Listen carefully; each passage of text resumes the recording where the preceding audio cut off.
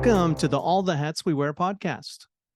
How many different hats do you wear in your busy life? If you want a more joyful, productive, and fulfilling life, then you need a system for managing all those hats. My name is Scott Snow, and I'm a productivity expert. You're meant to do great things, and I can teach you how to streamline your life to start doing those great things. After listening to today's show, make sure to download your free guidebook that will give you a very clear vision for your life. By the end of the guidebook, you'll have a list of your goals, your projects, mission statement, and a routine for getting the most out of your day. So stay tuned for the end. Today, I want to share with you a concept from my book. I just finished my guidebook, my book, and it is on my website, allthehatswewear.com. And this concept is really helpful. It's called Around the World. And the idea is that it's a kid's basketball game where you take a shot all around the key, and then the next player has to do that, and you have to do it in a sequence all around the whole area of the basketball court. And I applied this to productivity in that you've already listed all of your roles, and you could always text me for some help as well. So Around the World applied to time management and productivity is you identified all the hats you wear, the different roles that you play. And then you're going to go on your computer and you're going to surf the web. Most productivity folks would say that's a no-no, but I say there's a great way to do it. And the way you do it is go through your role titles and then just get really curious. A loving curiosity approach is what I like to say. And then you just surf the web based on these roles, because you're going to have questions about each role and how you can maximize each role, each hat. I keep this in my program Scrivener on my laptop, and that's a writer's program, but I use it for pretty much organizing every element of my life. And what I do is have a document that's really just a template role list. So it has my 24 roles. And actually, you know what? I'll share those roles with you now because I just find it's so important to know the main categories in your life. Let's see. Okay. Now, of course, there are 4 areas of roles: the mind, body, spirit roles, giving and receiving roles, personal roles, and professional roles. So here are my 25 current roles. TM meditator, that's transcendental meditation, spiritual being, lean body, the dude or a sage, wealth builder, giver, philanthropist, husband, dad, family and friend, happy hobbyist, movie buff, chef and mixologist, joker/anarchist, writer and journaler, the Willy Wonka of creativity, all the hats we wear CEO, visionary and world-class problem solver, productivity expert, support group facilitator, sales pro, life coach, marketing guru, and social media participant, podcaster, professional speaker, and musician/music therapist. So those are my main roles, the categories in my life that I need to focus on. And I make it like a composition. I'm a musician. So I'm thinking of those are the elements to my masterpiece. So you have that list, and that's just a template. You can cut and paste or duplicate that document, and then just put the date. And then you would go through and surf the web for maybe, start with a couple roles, and then whatever questions you have. Here's some examples. For my meditation role, I started surfing, and I immediately went to tm.org, and I started looking up when is the next training. For 10 years, I've been wanting to do a training, and actually, I've got good news. I'm scheduled to do the training in mid-October, so I'm really looking forward to that. It's pretty funky. The first day, you're told to bring some fresh flowers, some fresh fruit, and a handkerchief. So stay tuned. I'm going to tell you all about my experience because I'm really looking forward to it. And one other thing I learned from TM is the gotta mind. That you got to do this, you got to do that. And that's a problem that with good TM practice, you start to chip away at that gotta mind. Then for my spiritual role, I was starting to look up stuff and asking what is spirituality and, difference between being spiritual and religious.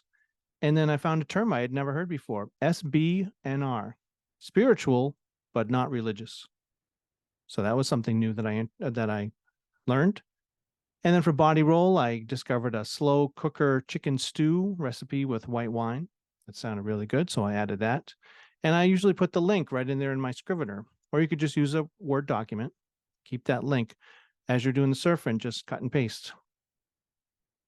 For my dude and sage, and I just love that title for a role. The dude, of course, from The Big Lebowski, or the sage, a wise person that people seek the advice. That sounds great to me.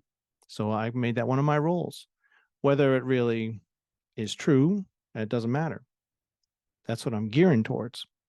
And I found some blog posts about the dude's philosophy of life, and another blog post that was pretty cool about the sage as an archetype. So more of a psychology slant to that. And it's just so great to focus. You're doing the web search, but it's very focused. Kind of reminds me of Sam Kinison. He had a great line once with a heckler was bothering him, and he finally said, "Look, the last thing in the world you want is my undivided attention. So you better knock it off," which I love that line. And it's true. Once you're really focused on a specific area in your life, and that's why you have these roles written, and that's why there's the structure to this exercise around the world, you stick with those roles. And it's okay to go down the rabbit hole for each one. And also I try to have a time limit, not a strict time limit, but I try to keep things moving. I'm thinking short little things, bits of information, and then you do that and then move on to the next role. I don't usually do typing or work without having music playing. I love Pink Floyd, among others. But when I do this, I don't have music playing because I'm going to YouTube so often. And YouTube is just, such an amazing resource for any question you have. It's incredible. I did have to catch myself a couple times for going down the rabbit hole. And, I found myself watching the comedian Bill Burr on Conan O'Brien. So I needed to get back focused to one of the roles. Maybe for one session, you go for a half hour of around the world and you hit 4 roles, roll 1 through 4, and then roll 18 and 20. And then you call it a day. Now, some other roles in the work that I did with my round the world web surfing giver and philanthropist. I was looking up Willy Wonka galas. I love Willy Wonka, and I was interested in seeing people all dressed up for a gala fundraiser for, I think it was the Children's Hospital or something like that. Joker anarchist, that I looked up some YouTube videos about the philosophy of anarchy and the beginning of anarchy. For some reason, I'm fascinated with anarchy.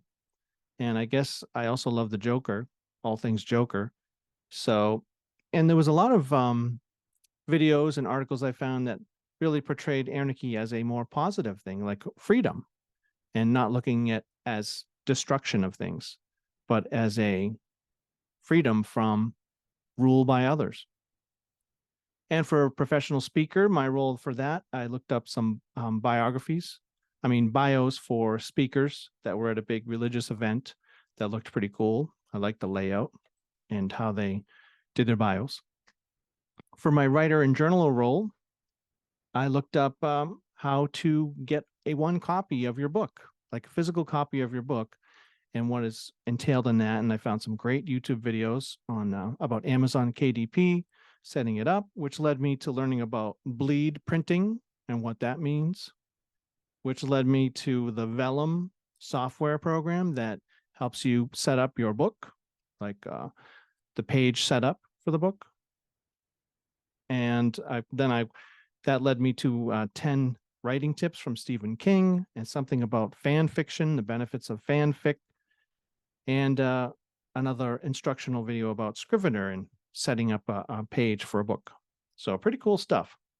So that is the round the world concept. Give it a try. Let me know how it went. Story number 2. This was a little quote from an article about Ukraine, like the war in Ukraine, horrible. And this was a clinical psychologist who was from Ukraine, Sophia Terlez. And the quote was, "The war, a feeling of guilt, pain from separation with loved ones, all become a dark background against which simple daily joys disappear." And I thought this was such a thoughtful way of describing, those difficult times in trauma and depression, that it just becomes that dark backdrop,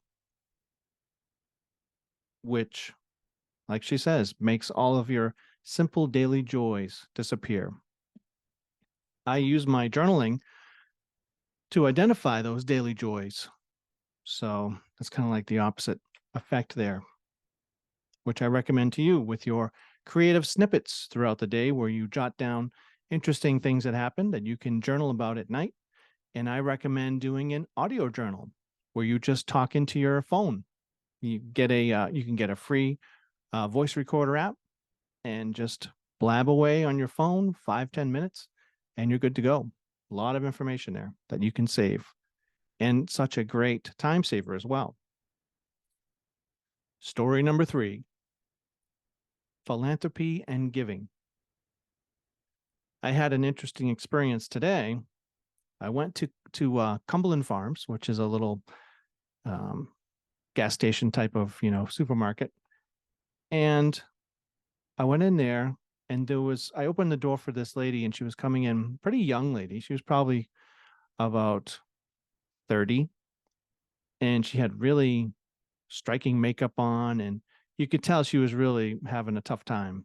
She had her bags. I'm assuming she was homeless. So she was on the way, and I held the door for her, and she thanked me, and she asked me if I had a cigarette, but I don't smoke, so I said no, and I didn't really think too much about it after. And then when I went in, she went immediately into the bathroom and closed the door, and she was in there for a long time. So then I started to think, she's probably doing drugs, unfortunately, because she was in there for a long time as I was getting my other stuff. And then I felt bad, she wasn't asking for anything. She just asked for a cigarette. But her hair was all wet because it was rainy, and she had just gone for a long walk. She had her bags, everything was soaked, and I just felt bad for her. So I got my newspapers and I got my eggs, and then I went back in the car, and I waited a couple of minutes, figured she would come out. She didn't. So I was like, well, I'm not going to wait here all day. So then I left, and as I was driving home, I got halfway home, and I was like, you know what? I really should go back there and see if I can catch her, because I wanted to give her some money. So then I saw her outside on a little picnic table there. So I went over, had $20, and I just said, do you need $20? And she said, yeah. And, God bless. And she was very thankful. And as I was leaving, I saw her going into the store. I'm sure she was probably, buying some cigarettes, because she seemed like she really needed the smoke. And I just felt good about it. I felt that I could help out a little bit. There was no judgment. I wasn't like being preachy. I wasn't saying, spend this money on this, and that. I mean, it wasn't that much money. Kind of reminded me of the movie Leaving Las Vegas, where there was no judgment from Elizabeth Shue to Nicolas Cage.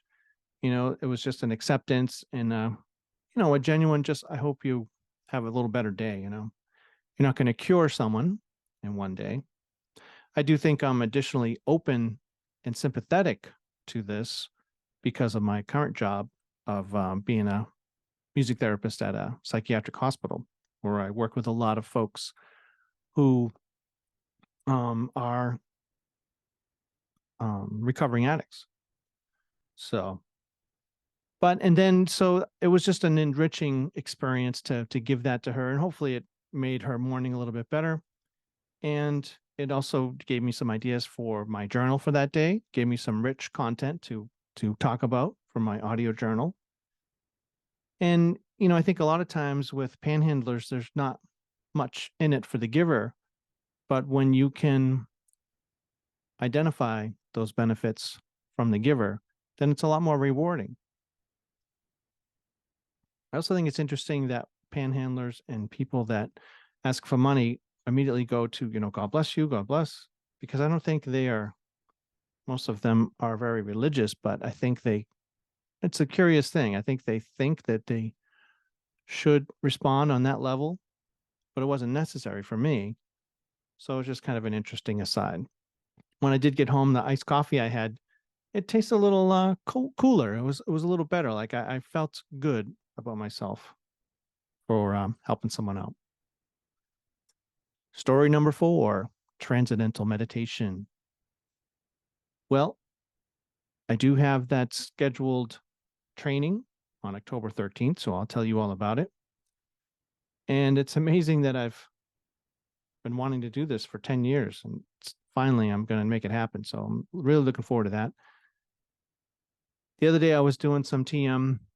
The kind of TM that I do for myself is really not the official way. I haven't been trained, but it's more of like what I pick up from books or videos, interviews, and kind of did my own adapted version. So I'm sure I'll deepen my practice with the proper training.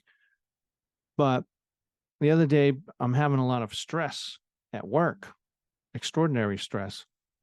And I was trying to do some TM to help, but it really kind of became like a battle. Like usually I'm pretty good at getting into a clear mind and then just remaining there. But this was like The Exorcist. It was like going back and forth. It was like a battle. And then I'd catch myself thinking about work, and then I'd have to like rest and get away from it. It really was like The Exorcist, where they have their battles and then they have an agreed upon rest period, and then they go back at it. And it was the same with my meditation. And it's funny to me that the demon always needs rest. But I guess it's because if you're possessing a person, then that would be taxing, I guess, for the person. But I think of meditation as if your body has electricity of 100, you're turning that dial way down to like 0.01, the electricity to your brain, maybe. But that's how I think of it. But maybe the training will give me some new ideas. Story 5, The Texas Chainsaw Massacre 2. Now, if you ever seen this movie, you would never forget it. It's a wild one. And this was our college favorite. My roommate and a couple of other buddies from drum corps. And when I was in the UMass marching band, we would always use this movie as, just to use the lines from it because it's a wild, crazy movie.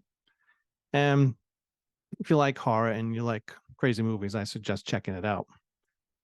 But there was one line in that from Dennis Hopper, actually, who's a sheriff who comes to town, and his family, was killed by these maniacs in the movie. And so he's back for revenge. But he says at one point that they said, well, aren't you afraid? And he says, after all this time, he says, I got no fear left. And I think there's truth to that.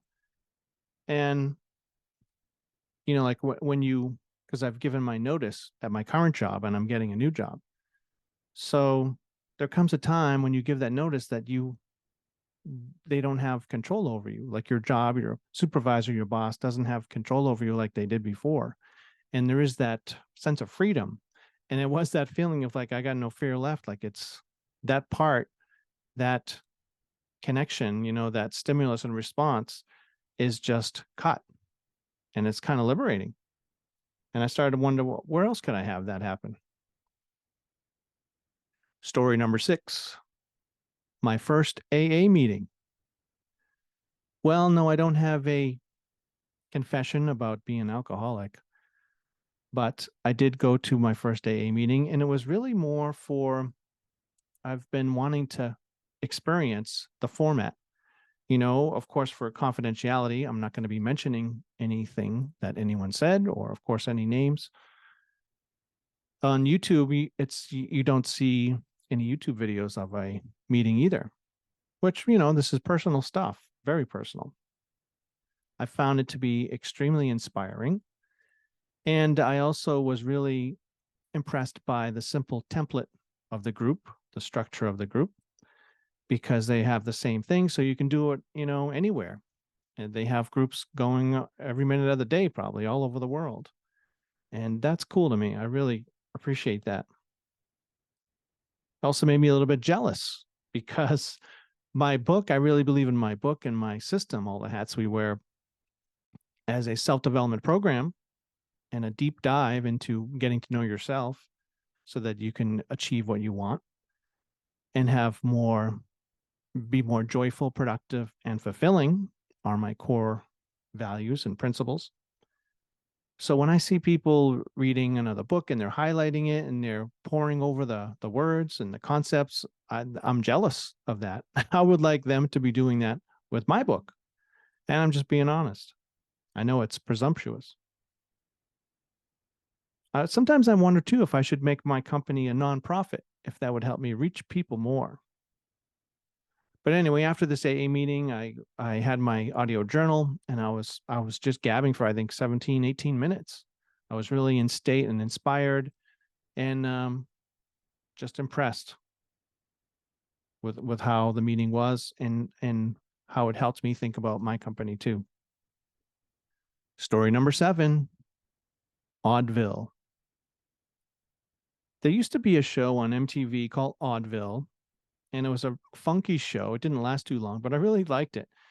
And I remember Kathy Griffin was on it at the beginning of her career. And it was like this really nerdy host with, he looked like Woody Allen. He had the dark rimmed glasses and very kind of a frail guy, skinny and very nervous, neurotic looking. And then they had puppets that popped up behind the guests on the couch and like just acted weird. And it was just and then there was another guy with like a Mo from the Three Stooges sugar bowl haircut. And he didn't talk. He just looked strange. And he was like out of it. He never said a word. And he was sitting on the couch like, the Ed McMahon character. But I bring him up because sometimes I catch myself sounding just like him. And I'll have to put a link of Oddville if I can find one in the notes. But when I find myself being too nice and it becomes too phony in my sessions with the adults, especially, like, oh yeah, yes, oh sure, yeah, okay, yes, all right, yes, yes, oh yes, oh yeah, and I become like that, and it's very ingenuine, inauthentic, and silly. So I catch myself doing that.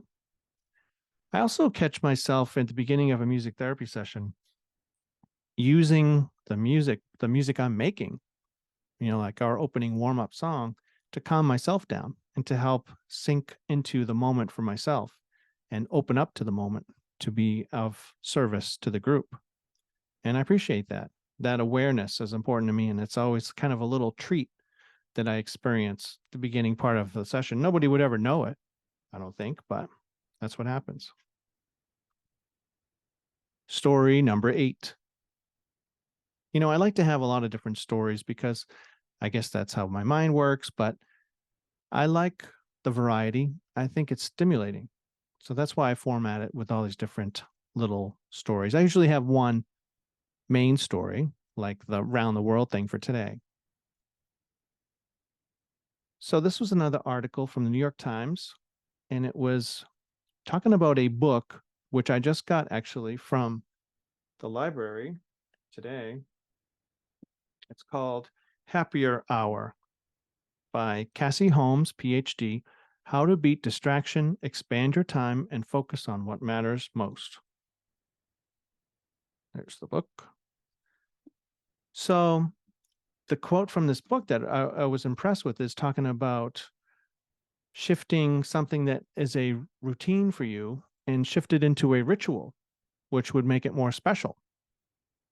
So an example of having a ritual might be, a specific mug or cup for your coffee.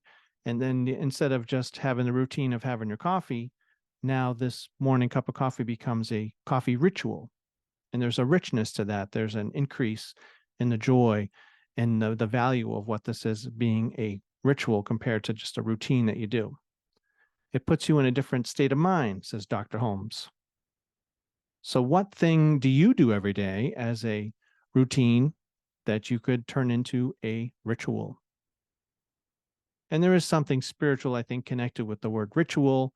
There's a connection that I think a routine wouldn't have, that you would have with a ritual. So there's that deeper connection. Story number 9. Lastly, I would like to talk about my Yoda board. I've talked about my Yoda board before. Here is the current Yoda board. And I just got this somewhere for $1, probably the dollar store. And I love this thing. And the quote is, "Drink the Kool-aid." That's all that's on my Yoda board right here in my office. And the reason I have that is partly because of Grant Cardone. He's a wild man too. You got to check out some of his audiobooks. But he's a sales expert, but now he's an entrepreneur and real estate guy. And he's talking about, you got to drink the Kool-Aid. You don't have to you shouldn't just be drinking the Kool-Aid. You should be swimming in it. And just believing in your own technology and your own concepts. And that's what the message of this thing is for me, is to dig into all the hats we wear system and just do it 110%. Because I have to be patient zero and the example. So, and, not only am I the founder and CEO of the company, but also I should be its number one customer. So this reminds me to just go full force into it. And I'm still trying to do that. I'm nowhere near being that, perfect model for the system. So that's the work that I need to do. I'm pretty good at it. Definitely. I'm the best in the world at my system for sure. But there's more work I can be doing. And helping others is a great motivator for me. I hope you enjoyed this episode and hope I gave you some ideas to check out and try out. Of course, I'm interested in helping you apply some of these principles. So if you go to my website, allthehatswewear.com, on the homepage, you'll see an easy link to get the PDF of my book. It's a guidebook, really. It has a lot of spaces in it for you to fill in your own answers, which is really important to me, for you. And I suggest checking it out because I honestly believe there's a lot of ideas in there that you haven't heard before, and all of the self-development books and time management things. And that there's a level of creativity, I think you'll find pretty invigorating. And also, it's really designed for introverts.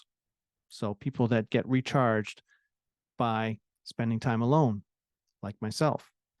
And I think a lot of times with productivity, it's a lot of go, go, go, and, type A personality type of stuff. And this is really that inner world, creating that and tapping into the creativity of taking all these hats that you wear and pretty much curating them carefully so that you can create your own masterpiece life. So, and that's the goal for me.